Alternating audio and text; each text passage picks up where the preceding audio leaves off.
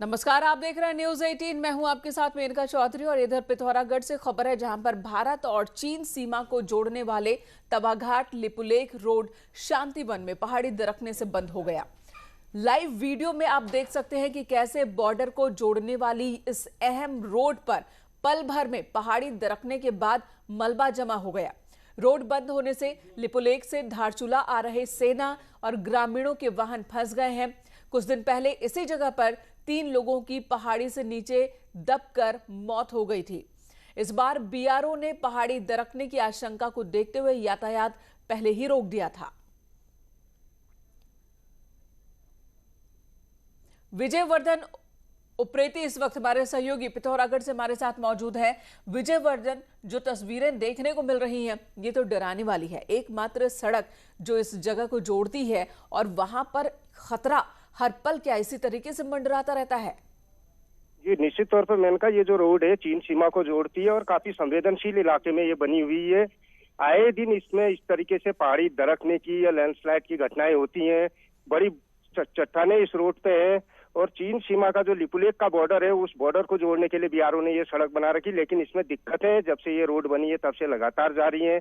कभी हादसे होते हैं, कभी पहाड़ियां दरकती हैं, तो इस तरीके की दिक्कतों से लोगों को लगातार इसमें दो चार होना पड़ता है। हालांकि बीआरओ इस सड़क को दुरुस्त करने की कोशिश कर रहा है, लेकिन अभी भी ये सड़क आम नागरिकों के लिए सुरक्षित नहीं बन पाई है। मैं आपको बताऊं, इस सड़क का सबसे विजयवर्धन, जो उत्तराखंड की पहाड़ियां हैं ये कच्ची पहाड़ियां हैं। कहते हैं कि ये बहुत ही कच्ची पहाड़ियां हैं, दरकती रहती हैं, लेकिन क्या इस सड़क के निर्माण के दौरान उन तमाम नियमों का पालन किया गया कि खतरा को कम किया जा सके?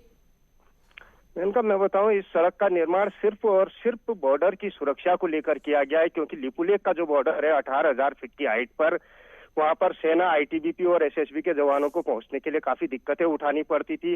इसीलिए भारत सरकार ने इस सड़क को बनाया और तकरीबन 12 साल 78 किलोमीटर की सड़क को काटने में लगे हैं। तो आप समझ सकती हैं कि कितनी दिक्कतें इस रोड को काटने में आई होगी, क्योंकि ये पहाड़ियां 90 डिग्री की ऊंचाई पे तो है, उसके अलावा काफी तब पहाड़ी भी ये मानी जाती है, जिस कारण इस रोड को काटने में भी दिक्कतें हुई।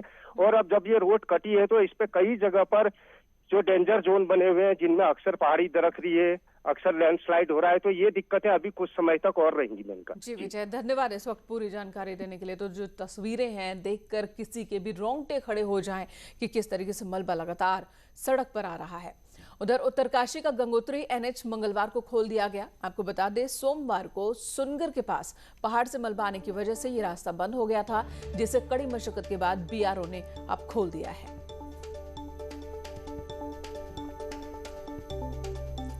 उत्तरकाशी की ये तस्वीर, गंगोत्री नेशनल हाईवे खुल चुका है। बीआरओ ने इसमें कामयाबी हासिल की।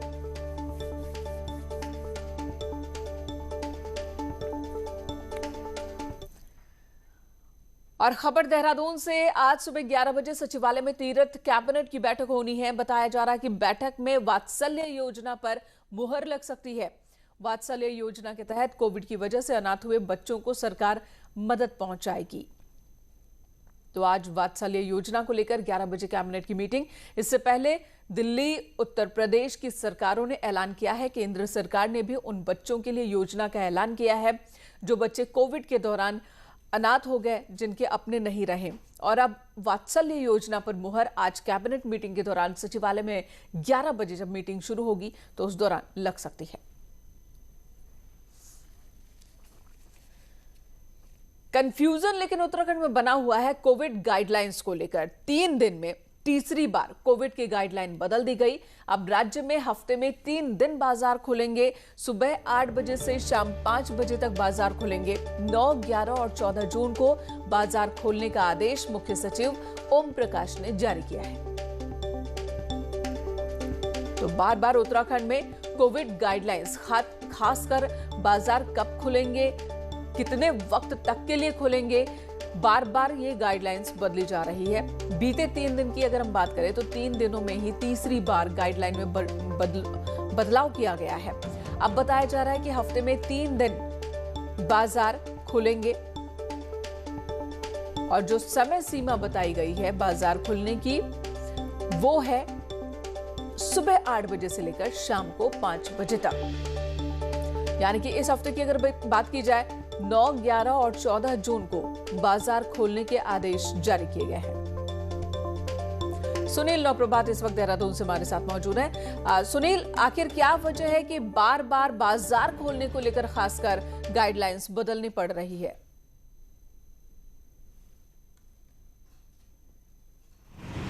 देखिए मेनिका, इसके पीछे दो कारण है कि एक तो सरकार पर बड़ा प्रेशर था व्यापारियों का कि वो मार्केट खोले। व्यापारियों का कहना था कि उनकी जो रोजी रोटी थी, जो कमाई थी, वो पूरी तरह से ठप हो गई है। और दूसरा कारण यह था कि मुख्यमंत्री दिल्ली दौरे पर थे। इस बीच स्टेट में एसओपी जारी कर दी गई। मुख्यमंत्री कल लौटे तो उसके बाद फिर व्यापारियों ने एक प्रतिनिधिमंडल ने मुलाकात की।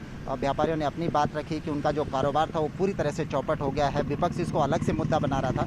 इसके दबाव में आते हुए सरकार ने कल तीसरी बार फिर से एसओपी जारी की और उसमें 9, 11 और 14 जून को पूरा मार्केट ओपन कर दिया शाम 5 बजे तक। लेकिन इस सब के बीच मैंने कहा ये भी एक बड़ा चैलेंज रहेगा कि हमने परसों देखा कि 395 कोविड के केस थे, लेकिन कल 546 केस बढ़कर आ गए। अब देखना ये होगा कि लोग कोविड एप्रोप्रिएट व्यवहार कितना कर पाते हैं। ये सब कुछ उन पर निर्भर करेगा क्योंकि संक्रमण का खतरा अभी टला नहीं है, पूरी तरह से बरकरार है।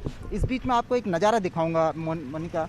ये वाइन शॉप है और आप देखेंगे कि पिछले 1-1.5 महीने से वाइन शॉप पूरी तरह से बंद थी। आज वाइन शॉप खुलने का भी समय निर्धारित किया गया है। 11 बजे से 1 बजे तक वाइन शॉप भी खुलेगी। आप देख सकते हैं कि अभी सुबह से ही वाइन शॉप के बाहर खरीदारों की भीड़ लग गई है। लगभग अभी जब मैं पूरे मार्केट में घूमा हूं तो हर सुबह के 7:30 बज रहे हैं, यानी कि 7:30 बजे से ही लोगों ने लाइन लगानी शुरू कर दी है। 11 बजे दुकान खुलनी है। बिल्कुल मैंने कहा, आप देखें क्योंकि पिछले 1.5-2 महीने से वाइन शॉप बंद थी। लोगों को वाइन मिल नहीं पा रही थी। तो आज जब ये ऐलान हुआ कि 9, 11 और 14 को 3 दिन वाइन शॉप खुलेगी तो यहाँ पर सुबह से ही कतारें लगनी शुरू हो गई और कमोबेश ये हर वाइन शॉप के बाहर ऐसे ही नज़ारा आपको देखने को मिलेगा। जी सुनील, हालांकि आजीविका के लिए ज़रूरी है कि दुकानें खुलें, बाजार खुलें, लेकिन बहुत ज़रूरी है कि इस बीच कोरोना नियमों का पालन किया जाए, कोविड प्रोटोकॉल का पालन किया जाए, क्योंकि सारा कुछ जो है वो सारे नियम जुड़े इसी बात से हैं कि लोगों की जान को किस तरीके से बचाया जाए। धन्यवाद आपका इस वक्त पूरी जानकारी और ये तस्वीरें हम तक पहुंचाने के लिए। गाइडलाइंस में बार बार बदलाव, कभी व्यापारियों के दबाव में तो कभी कोरोना के बढ़ते मामलों को देखते हुए। इधर कोरोना संक्रमण के चलते उत्तराखंड में 15 जून तक कोरोना कर्फ्यू बढ़ा दिया गया। कोरोना कर्फ्यू की नई गाइडलाइन को लेकर रुड़की के कई व्यापारी नाराज हैं। उनका कहना है कि 1.5 महीने से दुकानें बंद है और बाजार खुलने पर भीड़ उमड़ेगी और संक्रमण का खतरा बढ़ जाएगा। वहीं मंत्री यतीश्वरानंद का कहना है कि 16 जून के बाद काफी व्यवस्थाएं सुधरेंगी। फिलहाल कोरोना संक्रमण से लोगों को बचाना प्राथमिकता है। कैसे बचाई जा सके, भीड़ तो जरूरत से ज़्यादा हो रही है इस टाइम। इससे तो और कोरोना बढ़ेगा, इससे कौन घटेगा। ये हम लोगों के लिए भी मतलब गलत है। ये बढ़ेगा तो फिर हमारी दुकानें बंद हो जाएंगी। रणनीति दोबारा बननी चाहिए। अगर लॉकडाउन एक विकल्प तो है, लेकिन इसे अंतिम विकल्प नहीं मानना चाहिए। इससे ऊपर भी आप क्रिएटिव तरीके से सरकार सोच सकती है। प्राथमिकता है कि इंसान की जान कैसे बचाई जा सके, उन सब चीज़ों को ध्यान में रखते हुए लॉकडाउन को बढ़ाया घटाया जा रहा है। आने वाले 16 तारीख के बाद मैं समझता हूँ बहुत सारी और व्यवस्थाएं व्यापारियों को दी जाएगी। तो व्यापारियों का ये तर्क भी पूरी तरह से बेमतलब नहीं है। व्यापारियों का भी कहना है कि जब थोड़ी देर के लिए दुकानें खुलती हैं तो भीड़ ज्यादा होती है, संक्रमण का खतरा बढ़ जाता है। बात कोरोना की करें तो प्रदेश में मंगलवार को कोरोना के 546 नए केस सामने आए। इस दौरान 13 मरीजों की मौत हो गई। हालांकि 2717 लोग ठीक भी हुए हैं। राज्य में 11,800 एक्टिव केस इस वक्त भी मौजूद हैं। देहरादून में 136, हरिद्वार में 69, नैनीताल में 56 और उधम सिंह नगर की बात की जाए तो 41 नए केस यहां दर्ज किए गए।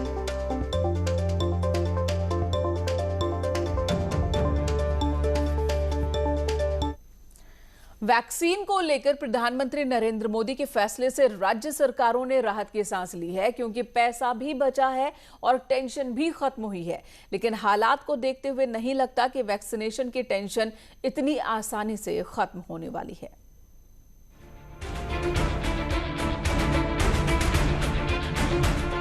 उत्तराखंड में प्राइवेट अस्पताल 600 रुपए कोविशील्ड के 1100 रुपए वसूल रहे हैं। जबकि प्रधानमंत्री कह चुके हैं कि कहीं पर भी वैक्सीन की कीमत के साथ सिर्फ 150 रुपए एक्स्ट्रा चार्ज वसूला जा सकता है। लेकिन 18 से 44 साल के लोगों की मजबूरी ये है कि सरकारी अस्पतालों में मुफ्त वैक्सीन है नहीं, इसीलिए जान बचाने के लिए 1100 रुपए देकर वैक्सीन लगवा रहे हैं। सर ये चीज़ होनी भी चाहिए, बट अभी हर आदमी डरा हुआ है सर। हर आदमी के चेहरे से मायूसियाँ हैं। उसके फैमिली में किसी की वाइफ चली गई, किसी के हस्बैंड चले गए, किसी के बच्चे चले गए, तो लोग डरे हुए हैं। जो मतलब आदमी ये सोच रहा है कि कब हम वैक्सीन लगवाएं, हर एक के दिल में ये फील है। उत्तराखंड ने विदेश से वैक्सीन खरीदने का टेंडर किया, लेकिन कोई कंपनी आई ही नहीं। सरकारी अस्पतालों में वैक्सीन खोजे नहीं मिल रही। ऐसे में प्रधानमंत्री की घोषणा से सरकार ने राहत की सांस ली है, क्योंकि वैक्सीन के लिए रखे 450 करोड़ भी बच गए और खरीदने की टेंशन भी खत्म हो गई। लेकिन विपक्ष का कहना है कि न वैक्सीन मिलेगी और न कोई मनमानी रुकेगी। मैंने कई बार आपसे कहा था कि ग्लोबल टेंडर पे, क्योंकि एक ही डिस्ट्रीब्यूटर है पूरे देश में स्पुतनिक का, और उसमें वो रेड्डीज हैं, और रेड्डीज ज़्यादातर प्राइवेट सेक्टर को ही दवाइयाँ उपलब्ध करा रहे थे। तो सरकार के स्तर पर दवाइयाँ उपलब्ध कराने की संभावनाएं कम थी। भारत सरकार उपलब्ध करा रही है, अब आपको विकल्प ढूंढने की आवश्यकता नहीं। तो मुझे भी अभी भी नहीं लगता, अरे वैक्सीन आपके पास है नहीं, आपने उसको निर्यात कर दिया, अब आप आयात करने की बात कर रहे हैं। वैक्सीन होगा तभी तो आप फ्री वैक्सीनेशन करेंगे, वैक्सीन है ही नहीं। उत्तराखंड में 16 जून को वैक्सीनेशन ड्राइव के 6 महीने पूरे हो जाएंगे और जनवरी से अब तक सिर्फ 6,88,000 लोगों को वैक्सीन की डबल डोज लगवाई है। यानी 80 लाख लोगों को वैक्सीन की डबल डोज लगाने का काम आसान नहीं है।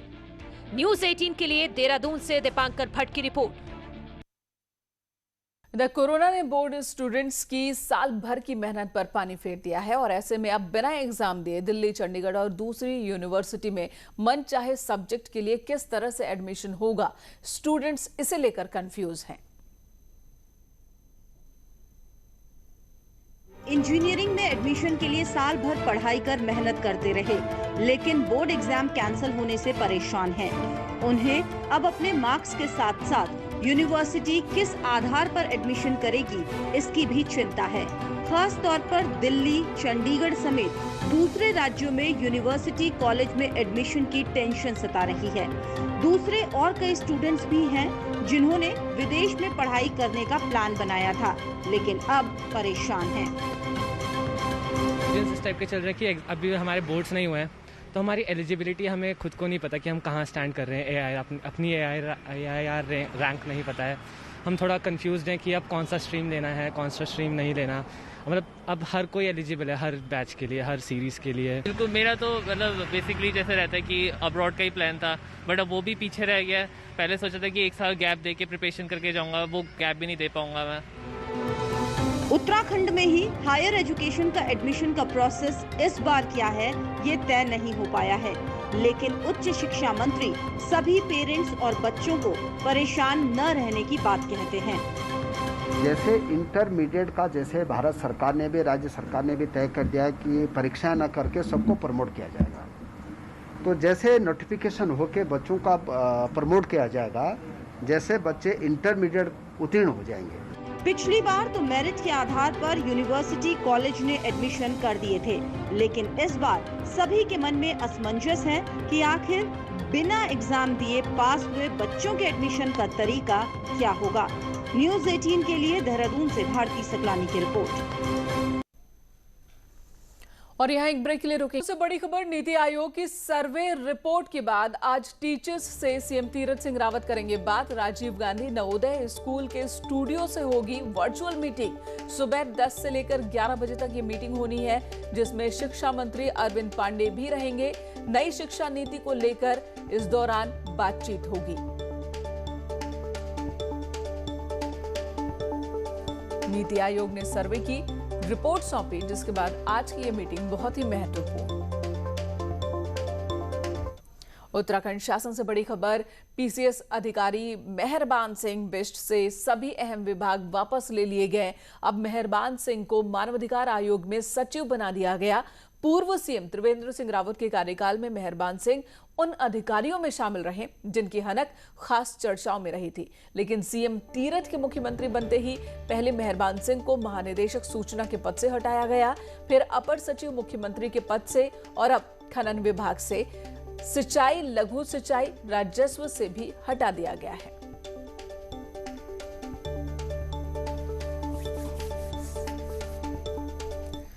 और युवाओं के लिए एक अच्छी खबर, कोऑपरेटिव बैंक बहुत जल्द बम्पर भर्तियां निकालने वाला है। क्लर्क और उससे ऊपर के खाली पड़े 380 पदों पर इस साल आईबीपीएस के जरिए भर्तियां होनी है। मंगलवार को सभी कोऑपरेटिव बैंकों के प्रतिनिधियों की मीटिंग लेने के बाद कोऑपरेटिव मंत्री धन सिंह रावत ने ये जानकारी दी। मंत्री का कहना है कि लॉकडाउन के बावजूद कोऑपरेटिव बैंक लाभ में रहे हैं और इतना ही नहीं, विभाग 60% एनपीए वसूली में भी कामयाब रहा है।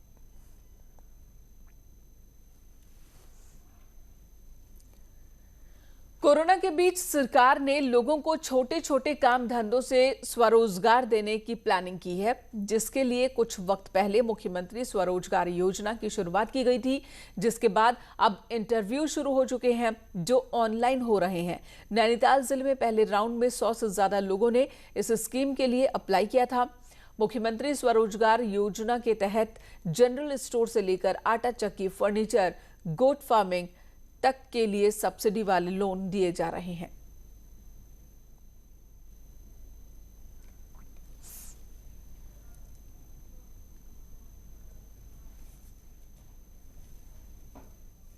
स्वरोजगार योजना का जो कि हमें लक्ष्य अभी हाल ही में प्राप्त हुआ है 250 का, और इसका आज ये इस फाइनेंशियल ईयर का पहला इंटरव्यू है, जिसमें हमारा गोट फार्मिंग, मशरूम उत्पादन, डिपार्टमेंटल स्टोर और हमारा साइबर कैफे, इसके लिए लोगों ने अप्लाई किया है। टिहरी में कोविड टेस्टिंग बढ़ाने के लिए स्वास्थ्य विभाग ने दिल्ली की एक पैथोलॉजी लैब से करार किया है। वहीं नई टिहरी जिला अस्पताल में पैथोलॉजी लैब द्वारा निःशुल्क कोविड टेस्टिंग के लिए कैंप लगाया गया। अब नई टिहरी और कीर्तिनगर में रैपिड टेस्टिंग की जाएगी, जिसके बाद इसकी पूरी रिपोर्ट सीएमओ ऑफिस और देहरादून भेजी जाएगी। सीएमओ का कहना है कि फिलहाल जिन क्षेत्रों में ज्यादा आवाजाही और लैब में लोड अधिक है, वहां कैंप लगाया जाएगा। टेस्टिंग कोविड की हम एंटीजन और रैपिड टेस्टिंग कर पाएँ, ताकि जितना कंटामिनेशन है और जितना केसेस बढ़ रहे हैं उसको हम पॉजिटिव को कर टेस्ट कर हम उनको कंटेन कर पाएं। इधर कुमाऊं में कोरोना की वजह से दूसरे गंभीर बीमारियों से जूझ रहे मरीजों की जान पर बनाई थी, क्योंकि यहां के सबसे बड़े अस्पताल सुशीला तिवारी के कोविड हॉस्पिटल बनने के बाद यहां दूसरे रोगों की ओपीडी बंद हो गई थी। लेकिन डीआरडीओ ने हल्द्वानी मेडिकल कॉलेज में 500 बेड का अस्थायी हॉस्पिटल बनाया, जिसके बाद सुशीला तिवारी हॉस्पिटल को जनरल मरीजों के लिए खोलने का फैसला लिया गया। सुशीला तिवारी अस्पताल 11 जून से जनरल मरीजों के लिए खुल जाएगा।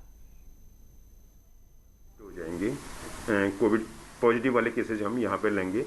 बाकी जो है आम जनता के लिए, क्योंकि ये पिछले 40-45 दिन से जो है पिछले लगभग 1.5 महीने से हमारा हॉस्पिटल कोविड का ही था, तो बाकी और पेशेंट के लिए सभी के लिए दिक्कत हो रही थी। उसी को ध्यान में रखते हुए हम लोग जो है 11 तारीख से न सिर्फ हल्द्वानी बल्कि आसपास के भी जो लोग जो इस हॉस्पिटल पर निर्भर हैं, उन्हें इस खबर से जरूर राहत मिली होगी। एक छोटे से ब्रेक के लिए रुकते हैं। खबरों का सिलसिला न्यूज़ 18 पर जारी है।